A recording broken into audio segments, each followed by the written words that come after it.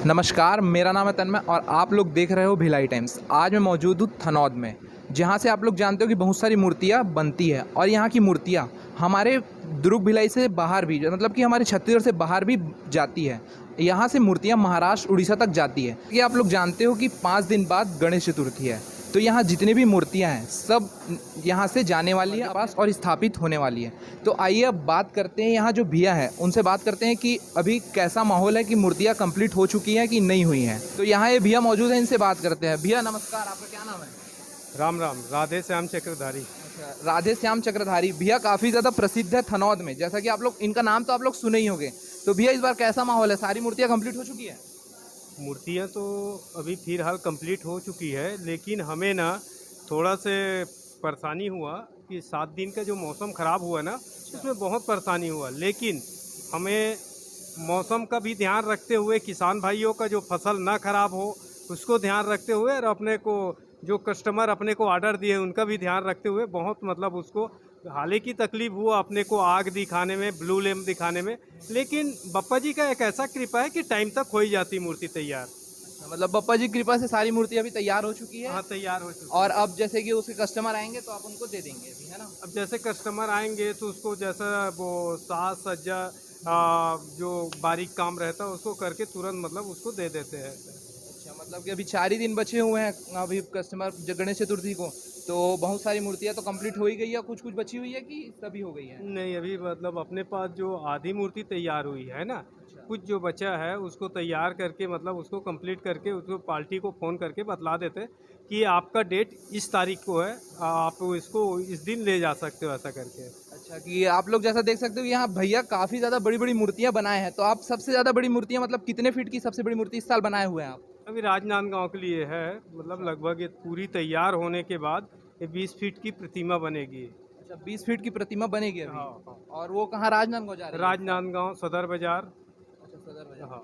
और इस साल आप कितनी मूर्तियाँ बना चुके हैं, मतलब करीब इस साल? अब इस बार तो ऐसा है, जो सरकार का जो गाइडलाइन बतला रहा था कि जून में आएंगे कोरोना, जुलाई में आएंगे करके ऐसा डरा दिए थे, तो सभी मूर्तिकार हमारे छत्तीसगढ़ के परेशान थे। और उस बात सुनकर मतलब उस न्यूज़ देखकर मतलब जो सामान का तैयारी करना चाहिए, जो अगेंस्ट बनाकर उसको रखना चाहिए, क्योंकि कि इसको बनाने में मतलब कम से कम मतलब साल भर से तैयारी लगता है ना, कि मिट्टी को सड़ाना है, मतलब मिट्टी को छन्नी करना है, ऐसा सब चीज़। तो उस हिसाब से अपन तैयारी तो नहीं कर पाए थे, लेकिन तैयारी अगर पूरा हो जाता तो पर्याप्त मूर्ति बनता। इसीलिए मैं ज़्यादा मूर्ति नहीं बनाया हूँ, सिर्फ 12 से 15 मूर्तियाँ हैं। अच्छा, इस साल 12 से 15 मूर्ति यहाँ है। तो मतलब पुराने इतिहास में देखें तो आप मतलब कितनी मूर्तियाँ बनाते थे पहले?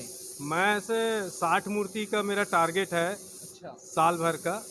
साल भर का 60 मूर्ति आप बनाते थे? हाँ, 60 माता रानी बनाता हूँ, 60 मतलब बप्पा जी बनाता हूँ। अच्छा, बप्पा जी बनाते हैं। हाँ और माता रानी की मूर्तियाँ बनना स्टार्ट हो चुकी है इस बार की? हाँ, स्टार्ट तो किए हैं, लेकिन अभी स्टार्ट किए, मतलब या तो उसको अपन जनवरी से करते हैं ना, अच्छा। लेकिन जनवरी से इस बार स्टार्ट नहीं किए। अब 365 दिन में मूर्ति बनाने वाला सिर्फ 60 दिन में क्या बना के देंगे। सही बात है। तो आपका मूर्ति बनाने का काम आप कब से शुरू कर देते हैं? बप्पा की मूर्ति बनाने का काम मतलब आप साल में कब से शुरू कर देते हैं? नहीं, इसको बंद ही नहीं होता। जैसे कि दीपावली का पटाखा बनना बंद नहीं होता ना, वैसे मतलब मूर्तियों का बनना कभी बंद नहीं होता है। अच्छा, तो अब अगले साल के लिए ऑर्डर आपके पास अभी से हैं? पिछले अगले साल? एडवांस में रहता है, मतलब 2000 मतलब 24 तक खाली नहीं हूँ मैं। अच्छा, 2024 तक के ऑर्डर आपके पास अभी से आए हुए हैं? परफेक्ट। जब तक जिएंगे तब तक बिठाएंगे, ऐसा कस्टमरों का मतलब वो ये है ना, परमानेंट कस्टमर है। हाँ। तो जैसा कि थनौद तो काफ़ी ज़्यादा प्रसिद्ध है मूर्तियों के लिए, माँ दुर्गा और गणेश जी के लिए। तो यहाँ करीब कितने मूर्तिकार होंगे आपके हिसाब से थनौद में? मूर्तिकार तो यहाँ लगभग 50 है। अच्छा, 50 मूर्तिकार हाँ है यहाँ? हाँ, जिसमें सब अपने जीवन यापन कर रहे हैं उसी में। अच्छा। और कम से कम 1000 आदमी को मूर्तिकार के थ्रू, मूर्तिकार के जरिए से रोजगार मिल रहा है ना, ये है। लेकिन ये महंगाई की वजह से मूर्तिकारों को इस बार बेनिफिट नहीं है।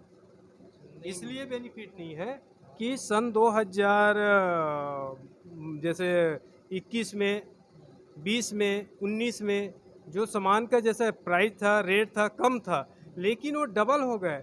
लेकिन जो मूर्तिकार मूर्ति बना रहा है उनका रेट डबल नहीं हुआ है, अच्छा, मूर्तिकार और वाले कम हो गया है। बल्कि क्यों कम हो गया है, कोरोना काल में हमारा कमाई नहीं है, चंदा नहीं ले रहा है करके, मतलब वो मूर्तिकार को पर्याप्त और जितना मैं उसको मतलब रोजी रोटी मिलना चाहिए वो रोजी रोटी नहीं मिल रहा। लेकिन मूर्तिकार भाई काम तो कुछ नहीं कर पाएंगे ना, उनको कुछ आता नहीं, उनका पूर्वज सिर्फ एक ही काम सिखाया, मूर्ति बनाने। ना तो कंपनी जा पाएंगे, ना खेत जा पाएंगे, ना अन्यथा कोई दूसरा काम नहीं कर पाएंगे। उनका मजबूरी है मूर्ति बनाना, मूर्तिकार का। तो कोरोना के समय आपके पास कैसा था सिचुएशन आपका, मतलब कोरोना के समय कितनी मूर्तियाँ बनाए थे, कितने साल मूर्तियाँ उठी थी यहाँ से? नहीं, मूर्तियाँ तो छोटी मूर्ति अपन बनाए थे, लेकिन अगर बनाता ना तो जितना मूर्ति बनाते थे ना वो सब मूर्ति बनाते। लेकिन हमें भी अपना स्वास्थ्य और अपने शरीर और अपने गांव का ध्यान रखते हुए कि बाहर से कोई ऐसे आदमी ना आए अपने गांव में, और ये कोरोना महामारी से मतलब हम भी परेशान ना हो गांव वाले करके, हम उसमें मतलब जैसे गाइडलाइन दिए थे सरकार, उस गाइडलाइन से चले। अच्छा, धन्यवाद भैया। तो दोस्तों ये थे राधे श्याम भैया, जो कि थनौत के काफ़ी ज़्यादा प्रसिद्ध मूर्तिकार हैं। तो ऐसे ही अन्य खबरों के लिए देखते रहिए आप लोग भिलाई टाइम्स, और चैनल को सब्सक्राइब करना ना भूलें।